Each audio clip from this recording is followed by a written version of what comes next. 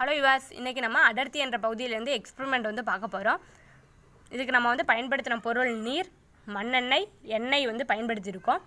அடர்த்தி வந்து அதிகமாக இருக்க பொருள் வந்து நீரில் வந்து மூழ்கும், அடர்த்தி குறைவாக இருக்க பொருள் வந்து நீரில் வந்து மிதக்கும். இதுதான் நம்ம வந்து பார்க்க போகிறோம். இதுக்கு வந்து சாதாரண தண்ணீரை வந்து எடுத்துக்கிட்டு ஃபஸ்ட்டு வந்து மண்ணெண்ணெயை வந்து ஊற்றுறேன்.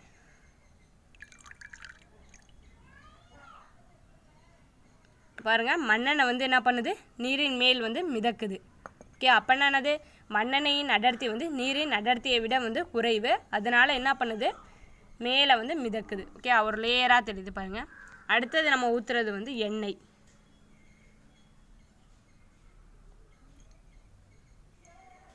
எண்ணெய் என்ன பண்ணுதுன்னா அந்த மண்ணெண்ணெய்க்கு மேலே வந்து மிதக்குது. ஃபஸ்ட்டு வந்து நீர் இருக்குது, அதற்கு மேலே வந்து மண்ணெண்ணெய் இருக்குது, அதுக்கு மேலே என்ன இருக்குன்னா எண்ணெய் வந்து இருக்குது. பாருங்கள், 3 லேயர் வந்து தெரியும். ஃபஸ்ட்டு லேயர் என்ன ஆகுது, ஃபஸ்ட்டு வந்து இருக்கிறது வந்து நீர், ரெண்டாவது இருக்கிறது வந்து மண்ணெண்ணெய், மூன்றாவது இருக்கிறது வந்து எண்ணெய். என்னது, நீரோட அடர்த்தியை விட மண்ணெண்ணெயோட அடர்த்தி வந்து குறைவு, அதனால் வந்து மேலே மிதக்குது. அந்த மண்ணெண்ணெயோட அடர்த்தியை விட வந்து எண்ணெயோட அடர்த்தி வந்து குறைவு, அதனால தான் வந்து என்ன பண்ணுதுன்னா மண்ணெண்ணெய்க்கு மேலே வந்து எண்ணெய் வந்து மிதக்குது. அடர்த்தி குறைவான பொருள் வந்து நீருக்குள்ளே வந்து நீர் மேலே வந்து மிதக்கும், அடர்த்தி குறைவாக இருக்க பொருள் வந்து நீருக்குள்ளே வந்து மூழ்கும்.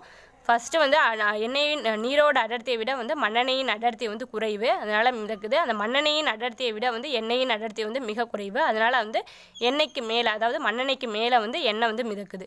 இது மாதிரி சிம்பிளான எக்ஸ்பெரிமெண்ட்டை வந்து உங்களுக்கு வேணும்னா எங்கள் சேனலை வந்து சப்ஸ்கிரைப் பண்ணுங்கள், பிடிச்சிருந்தால் லைக் பண்ணுங்கள், மறக்காமல் எல்லோருக்கும் ஷேர் பண்ணுங்கள்.